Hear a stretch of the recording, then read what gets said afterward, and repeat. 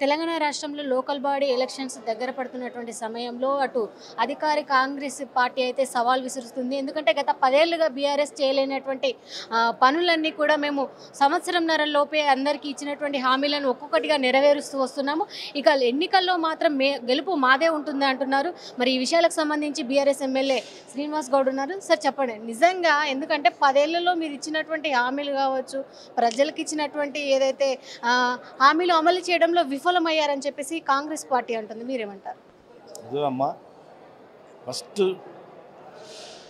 Local body ఎలక్షన్లో పోవాలంటే 42% రిజర్వేషన్తోనే ఎలక్షన్లో పోతామని చెప్పింది కామారెడ్డి డిక్లరేషన్. మరి 42% రిజర్వేషన్ అనేది అయిందా? మరి కాంతి ఎట్లా పోతుండ్రు? ఏదో ఒక మోసం ఉంది అక్కడ. అంత సడన్గా తొందరగా ఎలక్షన్లో పోతే మరి రిజర్వేషన్ ఎప్పుడు ఇస్తారు? వారం 10 రోజులు అయ్యేది కాదు కదా. అంటే ఒక మోసపూరితంగా అది ఫస్ట్ వాళ్ళు ఫెయిల్యూర్.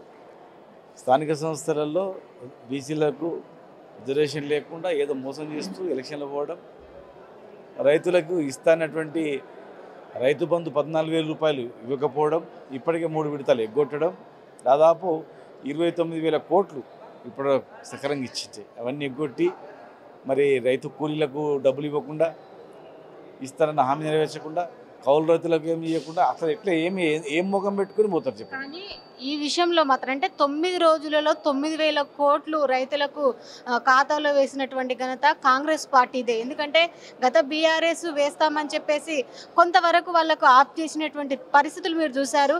దానికోసం రైతులు ఎదురు చూశారు. కానీ కాంగ్రెస్ పాలనలో మాత్రం అట్లాంటి పరిస్థితి రాదు అంటున్నారు. రైతు బంధు స్టార్ట్ చేసింది కేసీఆర్ గారు. ప్రతి ఎకరా నుంచి ఎంత పొలం ఉంటే అంత వేసిందే కేసీఆర్ గారు. ఇలా కేసీఆర్ గారు పెట్టిన స్కీమ్ని ఇంప్లిమెంట్ చేయకుండా సగం ఇంప్లిమెంట్ చేసి మేమే లేదంటే నవ్వుతారు ఎవరైనా. అర్థమే లేదు దానికి. మొత్తం మేము ఉన్నప్పుడు అందరికీ వారం రోజుల్లో పడేది. ఇలా ఎలక్షన్స్ ఉంది కనుక ఇప్పుడు వేసింది 9 రోజులలో వేసింది.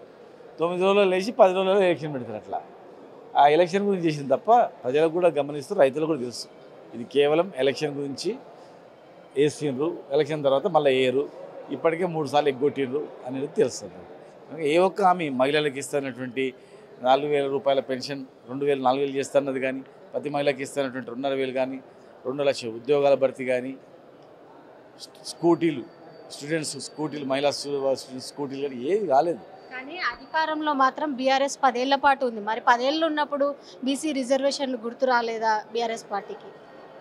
మీరు ఇస్తామన్నారు కదా, మేము 42% ఇస్తామనేమో అనలే. మీరు ఇస్తామని ఎలక్షన్ పోయినారు, మీరు ఇస్తామన్నది మీకు ఓట్లు వేసిండ్రు. మీరు ఏం చెప్పకుండా ఇప్పుడు మాట్లాడితే మేము అదే అర్థం ఉండే. మీరు డిక్లరేషన్ ఇచ్చి SC declaration, ST declaration, women declaration, BC declaration అట్లా డిక్లరేషన్ల పేరు మీద ఇచ్చి మీరు అమలు చేయకుండా ఉన్నందుకు మేము అడుగుతున్నాం. మీకు అమలు వీళ్ళందరూ ఎందుకు వేసారు ఓటు? మరి బీసీలకు 42% వస్తుందని బీసీలందరూ వేసింది, ఎస్సీ డిక్లరేషన్స్ వాళ్ళు వేసింది. మీరు ఇచ్చిన హామీలను చూసి చేసింది తప్ప వేరే లేదు కదా. కనుక ఇవాళ ప్రజలను నమ్మే పరిస్థితి లేదు. ఎందుకంటే కేసీఆర్ను మేము నమ్మాం, చాలామంది గ్రౌండ్లో మాత్రం కేసీఆర్ను నమ్మాము, ఇటు కాంగ్రెస్ను నమ్మాము.